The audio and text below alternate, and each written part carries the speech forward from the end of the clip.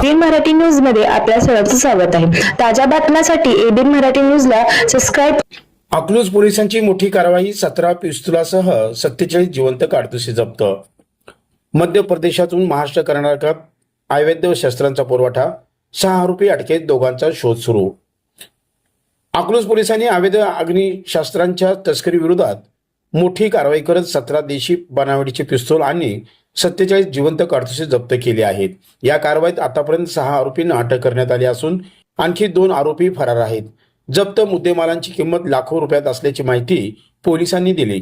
Akluj police ठाण्याचे police निरीक्षक नीरज ओबाळे यांना मिळालेल्या गोपनीय माहितीनुसार पोलिसांनी दिनांक 14 ऑगस्ट 2026 रोजी विकास कैलास वजाळे वय 31 राहणार परिते, तालुका माढा, जिल्हा सोलापूर याला ताब्यात घेतले। त्याच्याकडून 2 पिस्तूल, 4 जिवंत काडतुसे आणि वाहन असा एकूण 9,24,000 रुपयांचा मुद्देमाल जप्त करण्यात आला आहे। वजाळे याच्याकडे शस्त्राबाबत चौकशी केली असता त्यांनी ही पिस्तुले व काडतुसे राहुल सतीश माने, राहणार मिरज, जिल्हा सांगली याच्याकडून विक्रीसाठी घेतल्याची माहिती दिली। पुढील तपासात या शस्त्रांचा पुरवठा मध्य प्रदेशातील अनिल पंचलाल मेहता, राहणार राजनगाव, तालुका वर्ला, जिल्हा बडवानी, मध्य प्रदेश याच्याकडून होत असल्याचे समोर आले। सोनगीरनगर मध्ये 4 पिस्तूल व 25 काडतुसे जप्त। विकास वजाळे यांनी दिलेल्या माहितीनुसार अनिल मेहता हा सोनगीर, जिल्हा धुळे येथे शस्त्रे देण्यासाठी येणार असल्याची माहिती पोलिसांना मिळाली। त्यानुसार अकलूज पोलिसांचे पथक सोनगीर येथे पोहोचले। संशयित व्यक्तीला ताब्यात घेऊन त्याच्याकडील पिशवीची झडती घेतली असता 4 अग्निशस्त्रे आणि 25 जिवंत काडतुसे जप्त करण्यात आली आहे। यानंतर पोलिसांनी टेंभुर्णी परिसरात कारवाई करून राहुल सतीश माने यालाही अटक केली।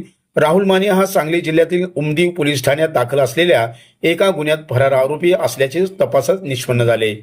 विविध ठिकाणी शस्त्रांची विक्री तपासात विकास वजाळे यांनी शस्त्रे विविध व्यक्तींना विकल्याचे समोर आले।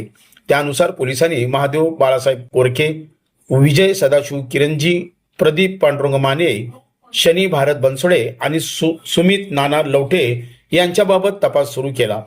महादेव कोरके यांच्याकडून 1 पिस्तूल व 2 जिवंत काडतुसे, विजय किरणजी यांच्याकडून 1 पिस्तूल व 2 जिवंत काडतुसे, तर प्रदीप माने आणि शनी बनसोडे याच्या घर झडतीत प्रत्येकी 1 पिस्तूल व 2 जिवंत काडतुसे जप्त करण्यात आली आहे। तसेच सुमित नाना लवटे याच्याकडून 1 पिस्तूल व 2 जिवंत काडतुसे जप्त करण्यात आली।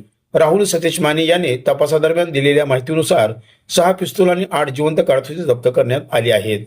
6 आरोपी अटकेत। या कारवाईत विकास कैलास वजाळे, राहुल सतीश माने, महादेव बाळासाहेब कोरके, विजय सदाशिव किरणजी, अनिल पंचलाल मेहता आणि सुमित नाना लवटे या 6 आरोपींना अटक करण्यात आली आहे। तर प्रदीप पांडुरंग माने आणि शनी भारत बनसोडे हे 2 आरोपी फरार असून त्यांचा शोध सुरू आहे। अटक आरोपीकडे कोणत्याही प्रकारचे पिस्तूल अथवा जिवंत काडतुसे बाळगण्याचा परवाना नसल्याचे तपासात निष्पन्न झाले आहे। आरोपी विरुद्ध भारतीय शस्त्र अधिनियम कलम 3-5-25 तसेच महाराष्ट्र पोलीस अधिनियम कलम 37/1, 3/135 अन्वये गुन्हा दाखल करण्यात आला आहे।